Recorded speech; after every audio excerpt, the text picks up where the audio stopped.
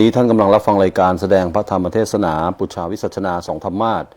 จัดโดยสภาพระธรรมกถึกแห่งคณะสงฆ์ไทย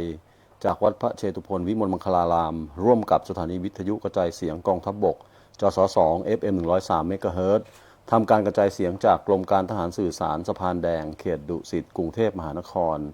ซึ่งวันนี้ตรงกับวันอาทิตย์ที่ 5 เมษายน พุทธศักราช 2569 ตรงกับวันแรม3 ค่ำเดือน 5 ปีมะเมีย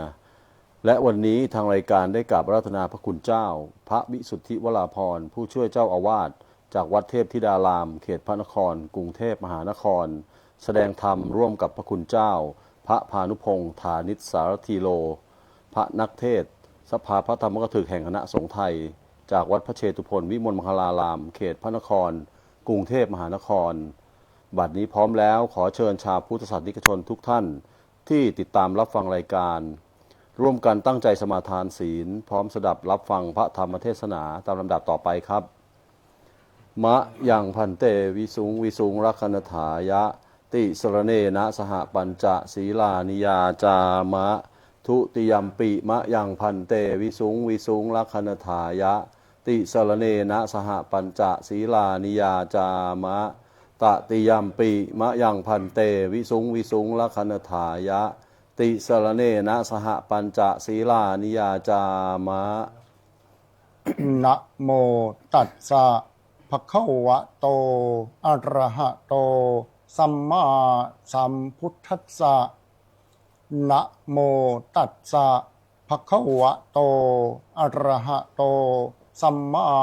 สัมพุทธัสสะนะโมตัสสะภะคะวะโตอะระหะโตสัมมาสัมพุทธัสสะนะโมตัสสะภะคะวะโตอะระหะโตสัมมาสัมพุทธัสสะนะโมตัสสะภะคะวะโตอะระหะโตสัมมาสัมพุทธัสสะนะโมตัสสะภะคะวะโตอะระหะโตสัมมาสัมพุทธัสสะพุทธังสรณังคัจฉามิพุทธังสรณังคัจฉามิธัมมังสรณังคัจฉามิธัมมังสรณังคัจฉามิสังฆังสรณังคัจฉามิสังฆังสรณังคัจฉามิทุติยัมปิพุทธังสรณังคัจฉามิทุติยัมปิพุทธังสรณังคัจฉามิทุติยัมปิธัมมังสรณังคัจฉามิทุติยัมปิธัมมังสรณังคัจฉามิทุติยัมปิสังฆังสรณังคัจฉามิทุติยัมปิสังฆังสรณังคัจฉามิตติยัมปิพุทธังสรณังคัจฉามิตติยัมปิพุทธังสรณังคัจฉามิตติยัมปิธัมมังสรณังคัจฉามิตติยัมปิธัมมังสรณังคัจฉามิตติยัมปิสังฆังสรณังคัจฉามิตติยัมปิสังฆังสรณังคัจฉามิปานาติปาตาเวระมณีสิกขาปะทังสมาธิยามิปานาติปาตาเวระมณีสิกขาปะทังสมาธิยามิอทินนาทานาเวระมณีสิกขาปะทังสมาธิยามิอาทินาทานาเวระมณีสิกขาปะทังสมาธิยามิกาเมสุมิจฉาจาราเวระมณีสิกขาปะทังสมาธิยามิกาเมสุมิชฌาจาราเวระมณีสิกขาปะทังสมาธิยามิมุสาวาทาเวระมณี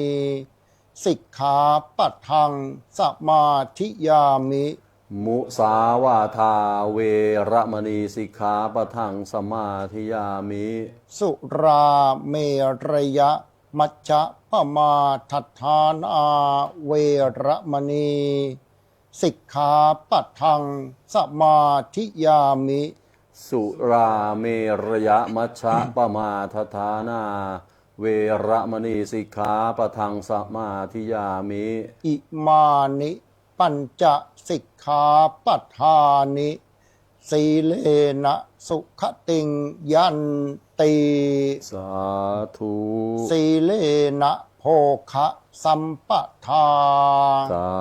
ธุ สีเลนะนิพพุติงยันติ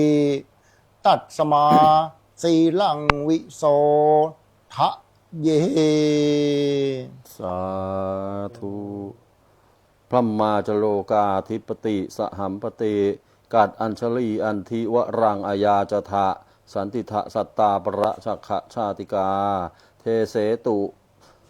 ธรรมังอนุกรรมปิมังปะชัง นะโมตัสสะภะคะวะโตอะระหะโต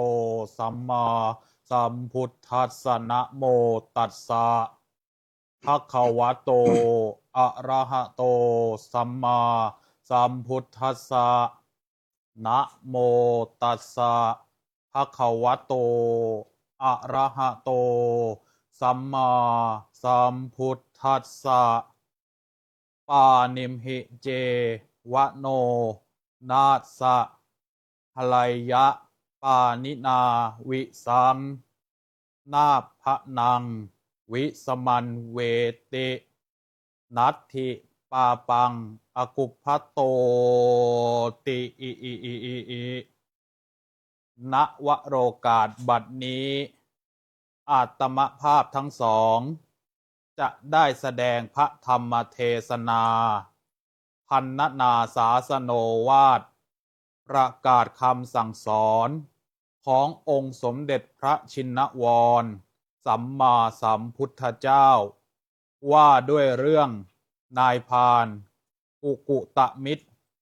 เพื่อประดับสติปัญญาบารมี สร้างเสริมกุศลบุญญราศี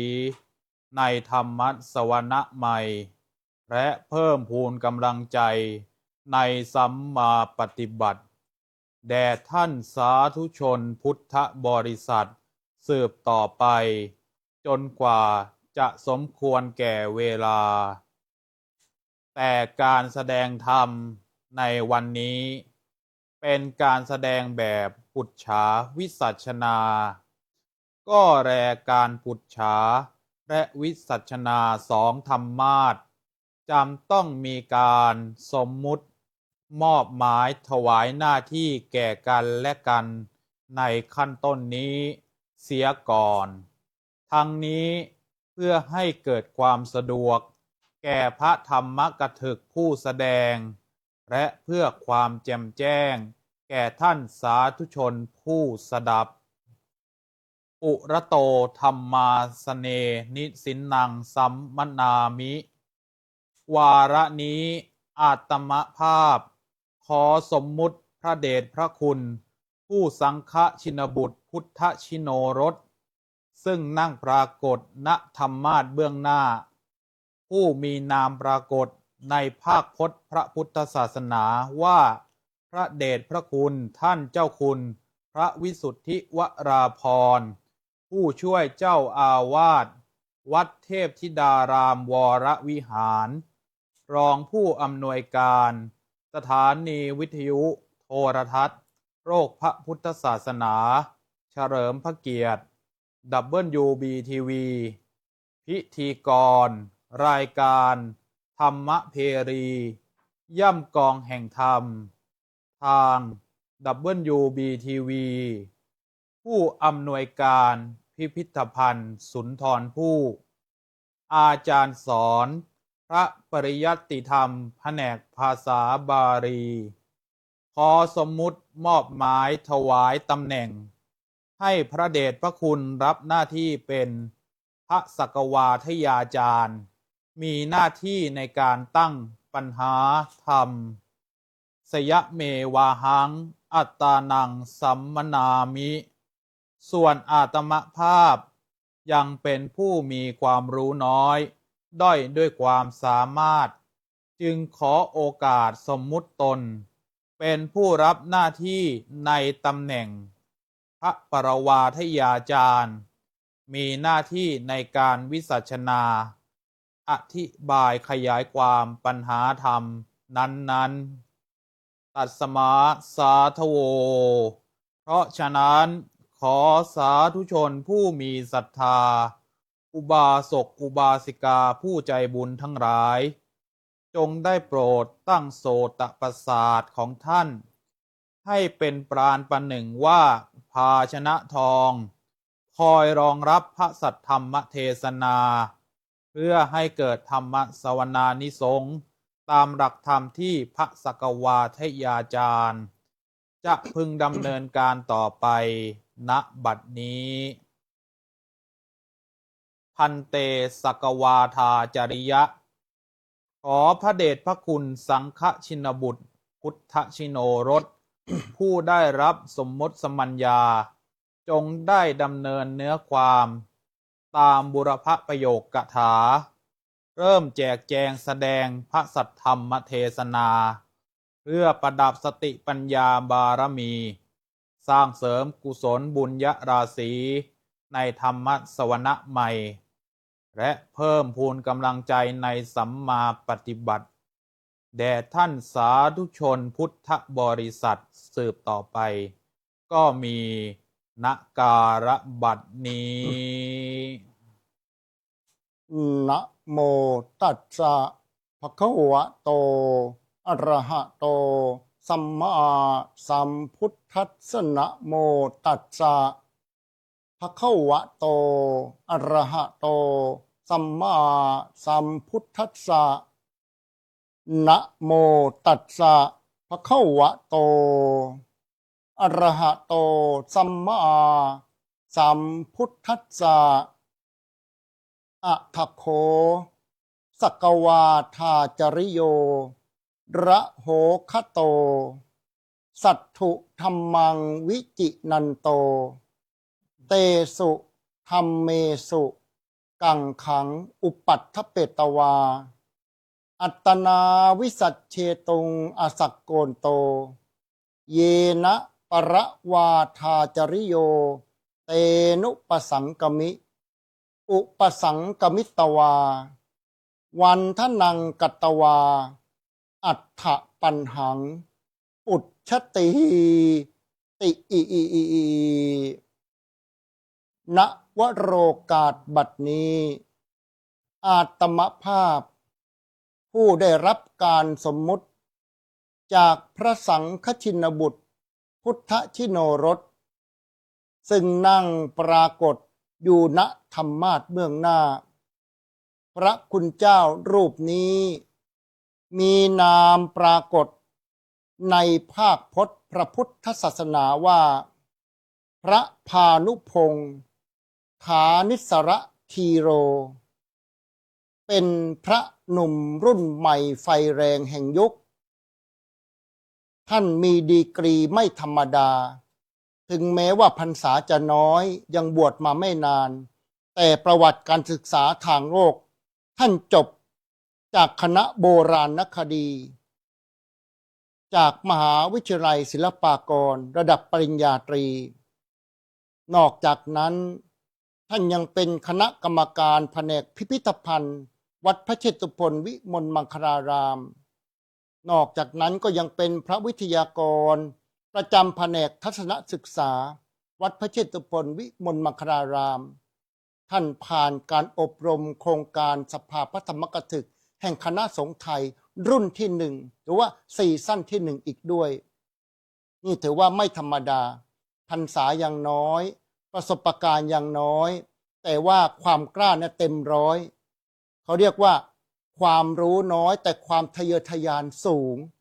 ความรู้ไม่เท่าไรแต่ความกล้านะเกินร้อยสาธุดังๆพร้อมกันญาติโยมสาธุในเบื้องต้นท่านก็ได้แสดงอานิสังสกถาพรรณนาอานิสงส์แห่งการฟังธรรมด้วยลีลาอันสละสรวยมากด้วยสาระจังหวะดีลีลางามใจความก็กระชับเป็นที่จับจิตสะกิดใจของท่านผู้ฟังทั้งหลายและในท้ายที่สุดก็ได้ทำการสมมุติให้อาตมภาพรับหน้าที่ในตำแหน่ง พระสกวาทยาจารย์ เป็นประธานในการเทศนา มีหน้าที่ในการน้อมนำเอาหลักธรรมคำสอนขององค์สมเด็จพระชินวรสัมมาสัมพุทธเจ้า ขึ้นมาเป็นประเด็น สอบสวนไต่ถาม ซึ่งกันและกันดำเนินความว่าอัฏฐโขในคราวครั้งนั้นแลสกวาทาจริโย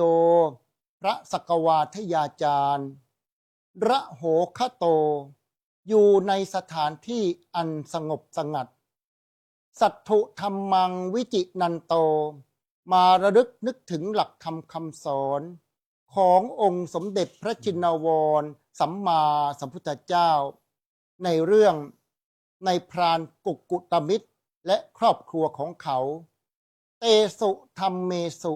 กังขังอุปัฏฐเปตวา ก็เกิดเวมติกังขาความสงสัยในหลักธรรมทั้งหลายเหล่านั้น จนเกินกำลังความสามารถที่จะแก้ความลังเลสงสัยนั้นได้ อัตนาวิสัชเชตุงอสักโกนโต เมื่อไม่สามารถจะแก้ความสงสัยด้วยตนเองได้ จึงนั่งรำพึงไปรำพึงไป อยู่แต่ในใจว่า โกนุโข โกนุโข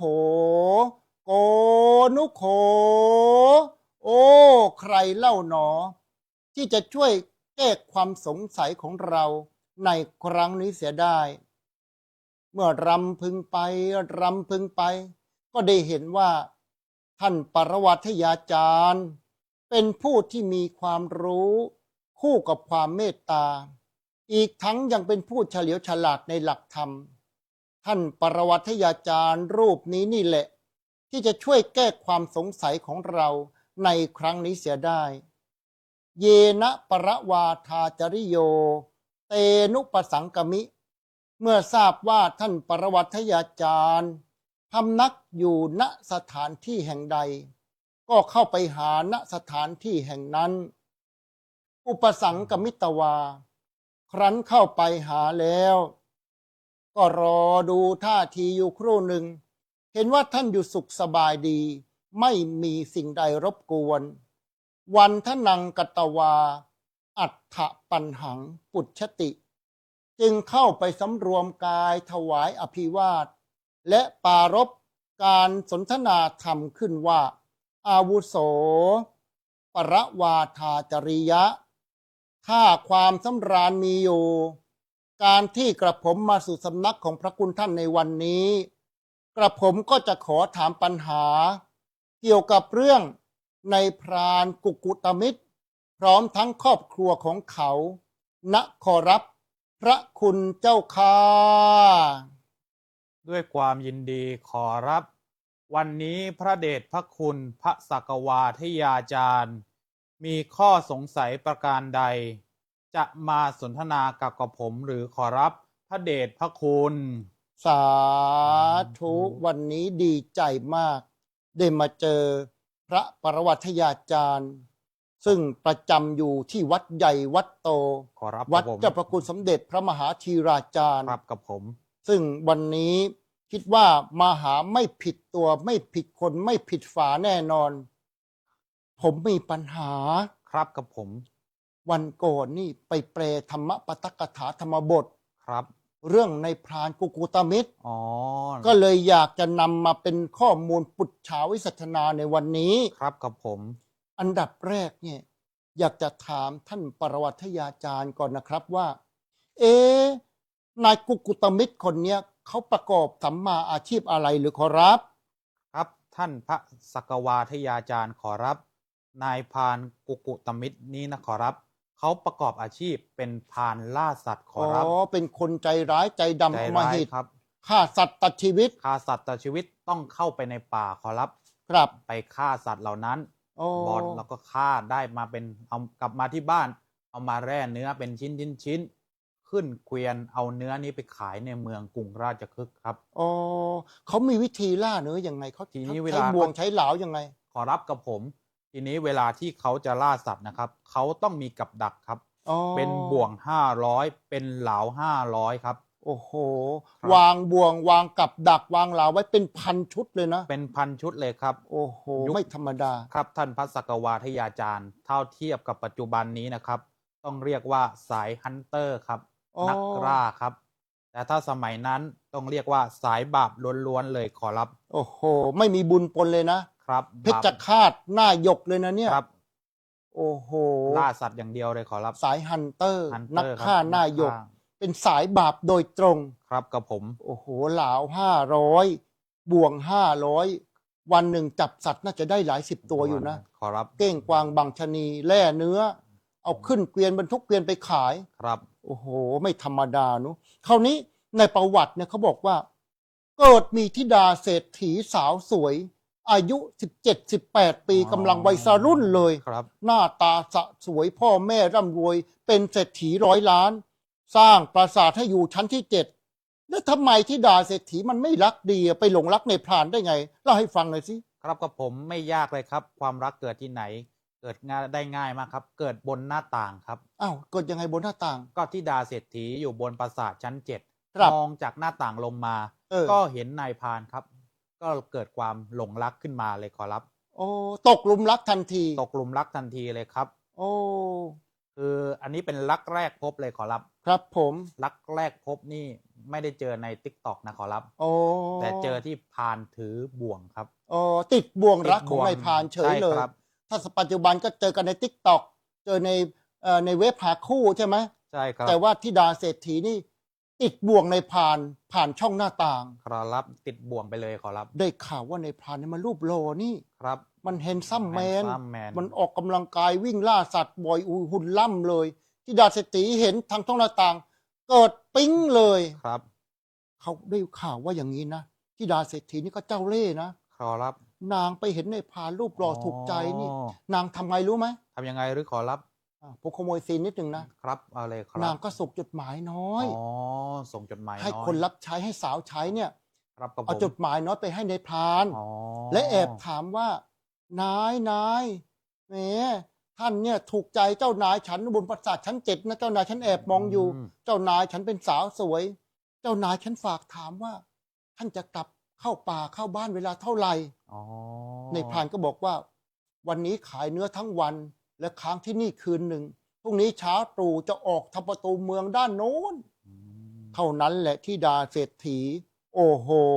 ทำไงรู้ไหม ทำยังไงหรือขอรับ แอบแต่งตัวซอมซ่อ อ๋อ นุ่งผ้าเก่าๆใส่หมวกบังหน้า ยอมลงทุนเลยนะขอ ข รับ นเสื้อผ้า หนีตามในพรานไปเฉยเลย อืม โอ้โห ไม่ธรรมดา ไม่ธรรมดาครับ นางเจอในพรานถูกใจหลงรักในพราน บุพเพสันนิวาสนางทำยังไงแล้วคนนี้ ต้องหนีจากบ้านไปอยู่กับนายพรานเลยนะขอรับ โอ้โห เห็นไหม ครับ ไปอยู่กันในพราน10 กว่าปี ครับ มีลูกหัวปีท้ายปี โอ้ 7 คน หลงติดบ่วงไปแล้วเหรอขอ ติด รับ บ่วงรักในพราน ครับ มีลูก7 คนหนีพ่อหนีแม่ไปอยู่กับในพราน ครับ เขาเรียกว่าผู้หญิงใจแตก อ๋อ เออ นี่แหละครับท่านพระสักวาทยาจารย์ ครับผม โบราณจึงกล่าวไว้ว่า ว่าไงครับ เมาตัณหาบ้ากาม เพราะความรัก อืม มักจูงชักให้เสพผิดเหมือนติดฝิ่น อืม ลืมมิตรแท้แม่พร่อเพราะมนทิน อืม ถึงเห็นอินหน้าเขียวไม่เหลียวแล โอ้โห นี่ คนที่กำลังตกหลุมรักกำลังอินเลิฟเนี่ยเขาบอกว่า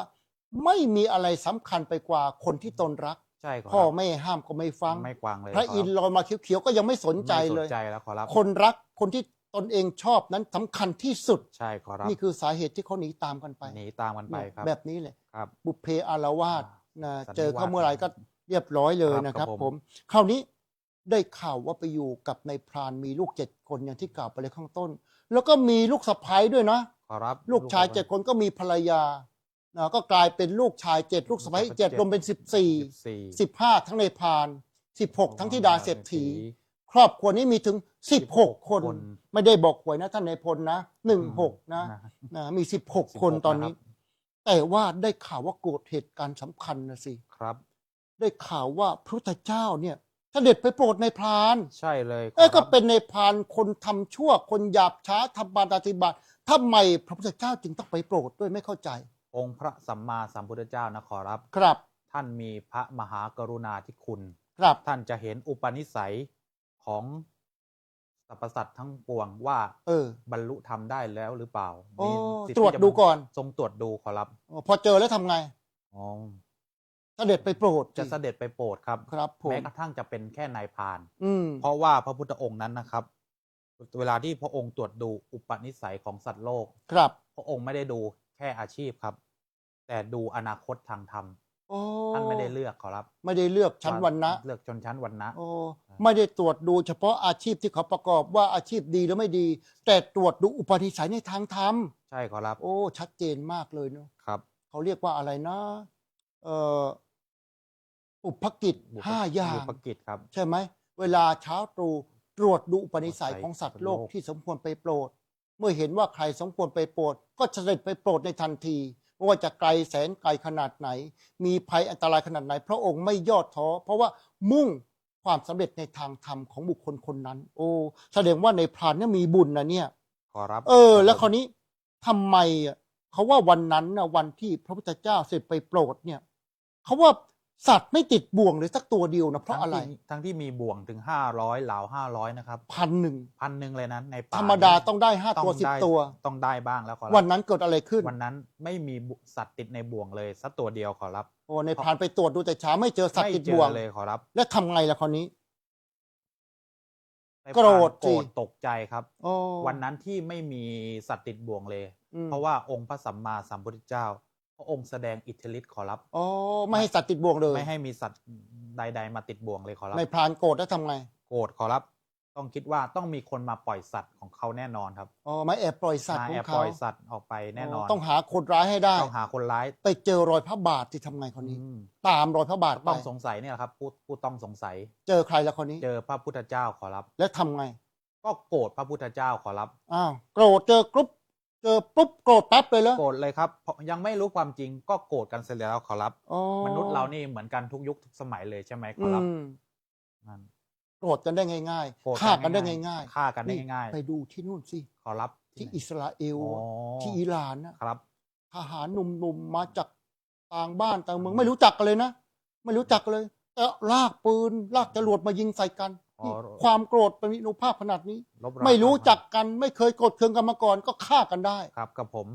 ในพรานก็เหมือนกัน ครับกับผม พอเจอพระพุทธเจ้าปุ๊บช้า อ่า เจ้าสมณะหัวโล้นนี่เอง เอง ไม่แอบปล่อยสัตว์ของเรา จงตายซะเถอะโอ้โหนี่เขาทำไงเขาโกรธแล้วก็ทำไงในพราน โอ้คนมีอาวุธในมือครับ อ๋อ โกรธแล้วก็จับอาวุธครับ อ๋อ ใช้ทั้งอารมณ์และใช้ทั้งอาวุธ ก็โก่งธนูจะยิงพระพุทธเจ้าครับ อ๋อถ้าเป็นปัจจุบันเนี่ยเขาทำไงเขาโกรธเขาทำไงปัจจุ โอ้ บัน ถ้าใจร้อนขนาดนี้ถ้าในสมัยนี้คงด่าทางออนไลน์ก่อนขอรับ อ๋อ ผม โพสเฟซบุ๊กด่าเลย เฟซบุ๊กด่าเลย สมัย ครับ นั้นไม่มีเฟซ ส บุ๊ก มัยนั้นไม่มีครับ โอ้ไม่รู้จะด่ายังไงโกงธนูยิงเลย ธนูจะ เอากัน ยิง จะเลยนะ ครับ โอ้โห ไม่ธรรมดาเนาะได้ข่าวว่าในพรานกุกุตมิตรเนี่ยโกรธพระพุทธเจ้า ว่าปล่อยสัตว์ของตนความจริงไม่ได้ปล่อยหรอกพระองค์แสดงอิทธาภิสังขารเพื่อจะแสดงธรรม ขอ เป็น รับ อุบาย ครับผม ของพระองค์ท่าน ใช่ขอรับ แต่ในพรานโกรธคว้าธนูมาคว้าลูกดอกมาโกงธนูใส่พุทธเจ้า แต่ปรากฏว่า ยิงธนูไม่ได้ เพราะอะไรครับ ด้วยเพราะพระพุทธานุภาพของพระพุทธเจ้าครับธนูจะยิงออกไปดันยิงไม่ได้ขอรับ เหมือนอะไร อ๋อถ้าปัจจุบันเปรียบง่ายๆครับเหมือนเรามีขีปนาวุธจะปล่อยปุ่มกดจรวด อืม แต่ระบบเออร์เลอร์ครับ อ๋อ ค้างไว้อย่างนั้นเลยครับ เจอปุ่มเออร์เลอร์อิทธาภิสังขารเข้าไป ในพรานยืนอยู่ในท่าโกงธนู ปล่อยลูกธนูก็ไม่ได้ ขอรับ วางลูกธนูก็ไม่ได้ ก็ไม่ได้เลยครั ทำอะไรไม่ได้ ยืนโกงธนูอยู่อย่างนั้นเลย ค้างเติ่ 3 ชั่วโมง ค้างเต๋อไว้อย่างนั้นเลย โอ้ ครับ โหเหงื่อหยดคางติ๋ง เหน็ ติ๋ บ ง ชา ติ๋งทำอะไรไม่ได้ อะไรตะคริวคงขึ้นหมดทั้งตัวแล้วข โอ้ อรับ โหถูกบล็อกเป็นปูนเป็น ขอรับ เป็นต้นไม้ไปแล้ว คราวนี้ได้ข่าวว่าธิดาเศรษฐีเนี่ยเห็นสามีหายไปนานหลายชั่วโมงตั้งแต่6 โมงเช้าถึง9 โมงเช้าไม่ยอมกลับมา ก็คิดสังหรณ์ใจว่าน่าจะมีเหตุร้ายเกิดขึ้นกับสามี ส่งลูกชาย7 คนพร้อมอาวุธ ไปตามหาพ่อ แล้วเกิดอะไรขึ้นครับตอนนี้ไปเจออะไร ลูกทั้ง7 คนนะขอรับ ก็เดินมากลางป่า ก็เห็นพ่อตัวเองจะโกงธนูยิงพระพุทธเจ้า ลูกนี่ก็นิสัยเหมือนพ่อขอรับ ก็เหมือนกันเลยครับ ก็โกงธนูจะยิงพระพุทธเจ้าเหมือนกัน อ๋อ ท่านพระสักวาทยาจารย์ขอรับ ครับผม ครอบครัวนี้สามัคคีนะครับ สามัคคียังไง สามัคคีจะยิงพระครับ โอ้โหพ่อโกงธนูใส่ก่อน ขอรับ โดนอิจฉาพิสังขารนะอุปกรณ์เลอร์ปล่อยไม่ไป ไม่ไป ธนูไม่วิ่ง ลูกชายมา7 คนก็เอ้ยไอ้คนนี้เป็นศัตรูพ่อเรานี่พ่อเราจะยิงมัน เราต้องช่วยพ่อโกงธนูอีก8 คน8 ธนูพุ่งใส่พุทธเจ้า แต่ว่าเจอปุ่มเลอร์อิจฉาพิสังขารยิงไม่ได้โอ้ยืนสีข้างปวดแทบจะระเบิดเลย ต้องแต่9 โมงเช้าถึงเที่ยงวันไม่ได้กลับบ้าน คราวนี้เกิดอะไรขึ้นเนี่ย ต้อง โอ้ มี โห ต้องมีคนมาหยุดสถานการณ์นี้ครับ ธิดาเศรษฐีเห็นท่าไม่ดี พาหญิงสะพ้าย7 คนไปตามหาในพรานกับลูกชาย7 คน ขอรับใช่ขอรับ อ้าวไปเจอแล้วทำไงล่ะคราวนี้ธิดาเศรษฐีว่าไง นางพูดขอรับ พูดว่าไง พูดคำนี้ทำให้ทุกคนเปลี่ยนไปเลยครับ นางจู่ๆนางก็พูดว่า อย่าทำร้ายพ่อของฉัน อย่าทำร้ายพ่อของฉัน มันทำเสียงเหมือนนะเนี่ย อ๋อขอ เหมื รั อบ นธิดาเศรษฐีใจแตกเลยเนี่ย ครับ อ๋อ เสียงแตกก่อนขอรับ เสียงแตกก่อนโดนบังคับ ครับ นางบอกว่าอย่ายิงพ่อฉัน อย่าฆ่าพ่อฉัน มันหมายความว่าไงครับผมงง นายพรานก็ตกใจเขารับ อ๋อ จู่ๆเพราะว่านายพรานนี่ไม่เคยเจอพ่อของ ครับผ ธิ ม ดาเศรษฐี ไม่เคยเจอ ขารับ พ่อตา ไม่เคยเจอพ่อตาไม่ ไปพาลูกสาวเขาขึ้นเกวียนมา ใช่หนีมา อ๋อ ก็สำคัญคิดว่าพระพุทธเจ้าเนี่ยคือ เป็น พ่อตาของเรา อ๋อ พอก็พรานที่ไหนจะกล้ายิงพ่อตาตัวเองเหรอครับ ครับ จิตที่มันคิดอาฆาต มันก็เป็นเมตตาจิตครับ อ๋อ ความคิดอาฆาตมันก็หายไปขอรับ ครับผมพอธิดาเศรษฐีบอกว่า อย่าฆ่าพ่อเรา อย่ายิงพ่อเรา โอ้นี่พ่อตาเรานี่ว่า ไม่รู้เนี่ยเป็นพ่อตาอ๋อไม่ยิงก็ไม่ยิงจิตใจอ่อนโยน ครับ แล้วลูกๆของนายพรานคิดยังไง คิดเหมือนกันครับ คิดว่านี่เป็นตาของเรา เป็นตาของเราเหมือนกันครับ แม่ตะโกนอย่ายิงพ่อฉัน อย่างนั้น อ๋อนี่เป็นคุณตาของเรานี่ ก็ลดธนูลง รถธนูรงขอรับ พระองค์ก็คลายฤทธิ์เนาะ คลายฤทธิ์ขอ โอ้ รับ โห นี่แม่บ้านมาช่วยนะเนี่ย ใช่ขอรับ โอ้โห นางพูดให้คนเปลี่ยนใจได้เนาะ ขอรับ คำว่าพ่อคำเดียวเนี่ยโอ้โหจิตใจอ่อนโย จิต น ใจเราเป็นโยน แสดงว่า ค คำว่าพ่อนี่มีอานุภาพมาก ญาติสำคัญครับ ท่านทราบไหมว่าทำไมธิดาเศรษฐีจึงเรียกพระพุทธเจ้าว่าพ่อของฉัน อ๋อ ทราบไหมถ้าไม่ทราบผมจะขโมยซีน อาจารย์ท่านพระสักวาทยาจารย์ รบกวน ขโมยซีนได้เลยใช่ไหม ขโซีนได้เลยขอรับ โถเอ้ยนึกว่ารู้จริง ขอรับ นี่เขาบอกว่าอย่างนี้เขาบอกว่า อ๋อ ธิดาเศรษฐีเนี่ย อายุ7 ขวบ อ๋อขอรับกับผม นางเคยเข้าเฝ้าพระพุทธเจ้ามาก่อน ตั้งแต่7 ขวบครับ ใช่แล้วฟังทำเป็นพระโสดาบันแก อ๋อ เป็นพระโสดาบันอายุ อริย 7 บุค ข คว ล บ นะขอรับ เป็นกุมาริกา อ๋อ เพราะฉะนั้นเนี่ยวันนี้พอเจอสามีกับลูกๆกำลังโกงธนูใส่พุทธเจ้า นางจึงตะโกนว่า อย่าฆ่าพ่อฉัน อย่าฆ่าพ่อฉันทำให้สามีคิดว่านี่เป็นพ่อตา อ๋อขอรับ ทำให้ลูกชายคิดว่านี่เป็นตาของตัวเอง ขอรับ เลยมี ครับผ จิตอ่อนโยน ปล่อยธนูลงได้ นี่เห็นไหมโอ้โหนี่อานุภาพนะ ของพระพุทธเจ้า นางก็ไม่ธรรมดานะ เป็นถึงพระโสดาบันตั้งแต่อายุ7 ขวบ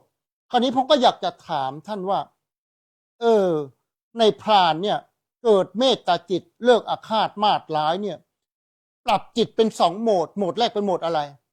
โหมดนักล่าขอรับ ตอนแรกโกรธ โก มาร ก ธเป็นฮันเตอร์ โอ้โห เป็นนักล่า จิตเข้าสู่โหมดนักล่าจะฆ่าพระ ฆ่าอย่างเดียวเลย แต่พอเจอคำว่าพ่อเข้าไปปรับเป็นโหมดอะไร โหมดนักธรรมเลยขอรับ เป็นนักธรรมนักบุญไปเลยนี่โอ้สาธุพร้อมกันญาติโยม สา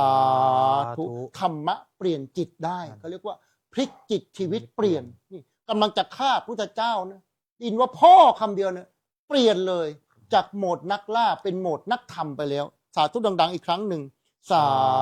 ธุโอ้โหต่อมาพระองค์ก็เลยแสดงธรรม ขอรับ ครอบครัวนี้ได้บรรลุอะไรกันบ้างตอบสิ ก็บรรลุพระโสดาปฏิผลครับ อ๋อเป็นพระโสดาบันทั้งหมดเลย กลายเป็นโสดาบันทั้งหมดเลยครับ โอ้ จากเดิมมี1 เออ ครอบครัวมี16 ตอนนี้อีก15 คน ก็กลายเป็นพระโสดาบันหมดเลยขอรับ โอ้โหทั้งหมดครอบครัวเลย ขอรับ เป็นพระโสดาบันทั้งหมดเลย ถือว่าไม่ธรรมดานะครับ โอ้โห จากครอบครัวพานฆ่าสัตว์ เออ อัปเกรดตัวเองเป็นพระอริยบุคคลนะขอรับ เห็นไหม จากครอบครัวนักล่า อาชีพฆ่าสัตว์ตัดชีวิตปาณาติบาตกลายเป็นครอบครัวโสดาปฏิผลไปแล้ว สาธุดังๆ พร้อมกันญาติโยม สาธุคราวนี้ เขาบอกว่า ธรรมดาเนี่ยพระโสดาบันเนี่ย ไม่ทำปาณาติบาต ขอรับกับผม ต้องไม่ฆ่าสัตว์ ต้องไม่ฆ่าสัตว์ ก็ธิดาเศรษฐีเนี่ยเป็นพระโสดาบันตั้ง7 ขวบเนี่ย แล้วมาเป็นเมียในพราน มาหยิบบวงหยิบหอกหยิบเหลาหยิบอาวุธส่งให้ในพรานขึ้นเกวียนไปล่าสัตว์ทุกวันแล้วนางเป็นพระโสดาบันประเภทไหนเดี๋ยวนี้ทำไมส่งเสริมปาณาติบาตนี่เหมือนในทรัมป์เลยนะเนี่ย อ๋อครับผม ไม่เข้าใจอธิบายสิ ครับท่านพระสักวาทยาจารย์ครับ เออ ที่ธิดาของเศรษฐีนะครับ ส่งอาวุธให้ต่างๆ แล้วถามว่าบาปไหมคำตอบก็คือไม่บาป เพราะว่านางนั้นไม่ได้มีเจตนาจะฆ่าขอรับ มีแค่เจตนาจะส่งอาวุธให้สามีตัวเองเท่านั้น อ๋อ นางคงประมาณว่าเขาเป็นสามีเราเป็นภรรยาต้อง รับใช้ ว่านอนสอนง่ายต้อง ขอรับ เชื่อฟัง ครับผม สามี ครับ สามีบอกหยิบเหล้ามาก็หยิบให้ ครับ หยิบ ครับ หอก ผม มาก็หยิบให้ ครับ สามีสั่งก็ต้องทำตามหน้าที่ของภรรยา ครับ แต่จิตคิดทำปาณาติบาตจิตคิดส่งเสริมว่าจงไปฆ่าสัตว์ตัดชีวิตให้ได้เยอะๆความคิดอย่างนี้ไม่มี ไม่มีเลยขอรับ โอ้นางจริงไม่มีบาปเนาะ ครับข อันนี้เปรียบได้กับอะไรถ้าจะเปรียบเนี่ยเปรียบได้กับอะไร พระองค์ท่านเปรียบไว้กับเหมือนมือของเราครับ ครับผม มือเราไม่มีแผล เออ ยาพิษก็ทำอะไรเราไม่ได้ขอรับ อ๋อเหมือนฝ่ามือเราที่ไม่มีบาดแผล ขอรับครับ บุคคลสามารถเอามือนั้นจับยาพิษได้ จับยาพิษได้ขอรับ ยาพิษไม่สามารถซึมเข้าสู่ฝ่ามือได้ เพราะไม่มีแผล ไม่เล่นไปตามเส้นเลือดเข้าจับหัวใจตายได้ ขอรับ แต่นี่มือไม่มีแผลก็เลยจับได้ ก็เลยจับได้ขอรับ อ๋ออ้าวคราวนี้ถ้าสมมุติว่า ผมเนี่ยผม ครับ ไม่ได้คิดอยากจะดื่ม แล้วท่านเอาเบียร์มาให้ผมสองกระป๋องแล้วบังคับให้ผมดื่มเนี่ยผมดื่มแล้วผมก็เมา ผมจะผิดผมจะบาปไหมล่ะ อืม เปรียบเทียบกับธิดาเศรษฐีเนี่ย ท่าน ก็ผมไม่ตั้งใจท่านบังคับผมอะ อืมท่านสักวาทยาจารย์ขอรับ ยังไง ท่านยังไม่ทราบหรอกขอรับ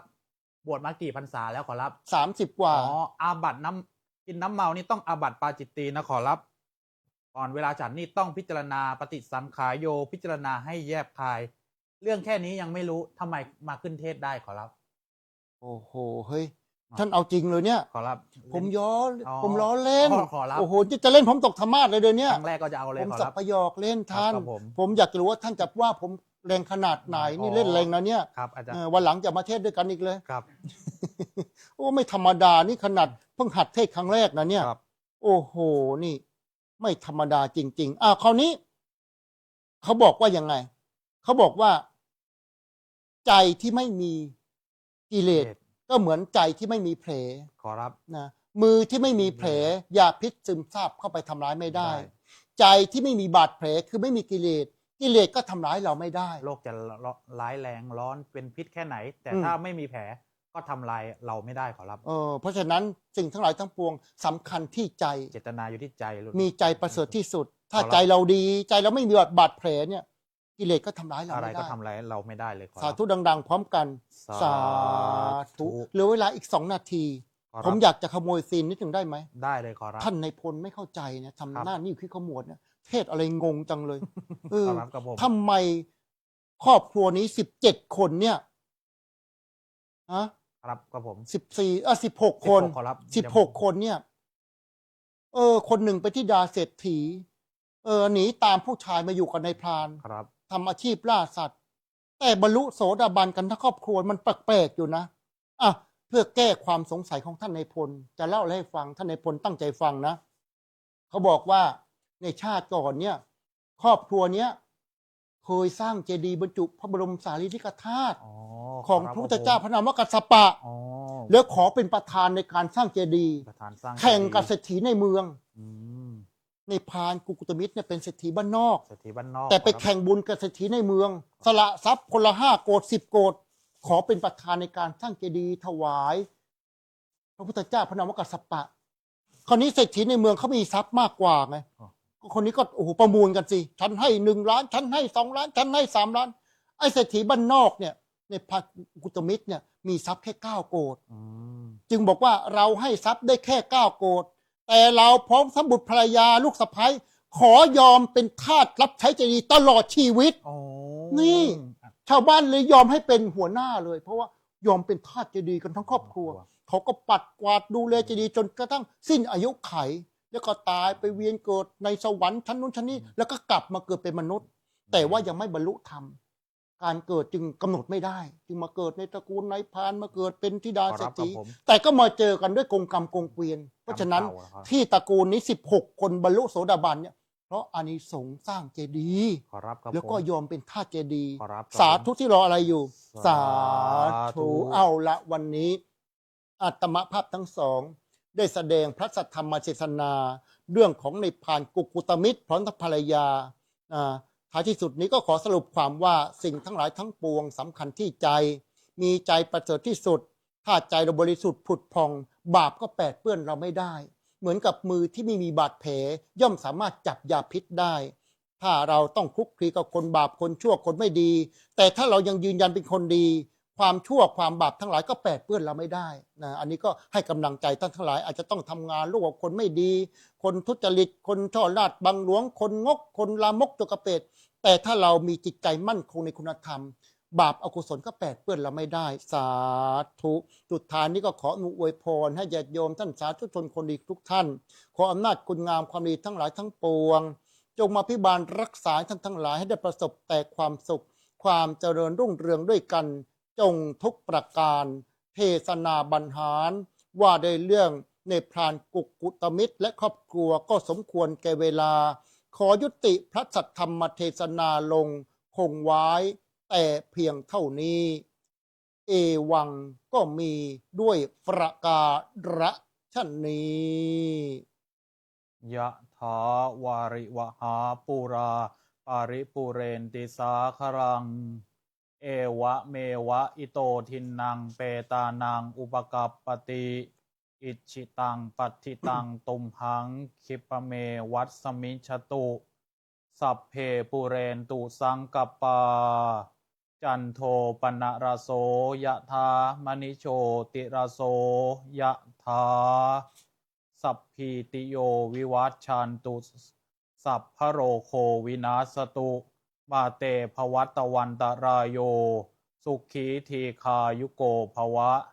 อภิวาทนาสีลิสะนิจจังวุธาปจายโนจัตตารโอธรรมาวัฏฐานติอายุวันโนสุขังพระรัง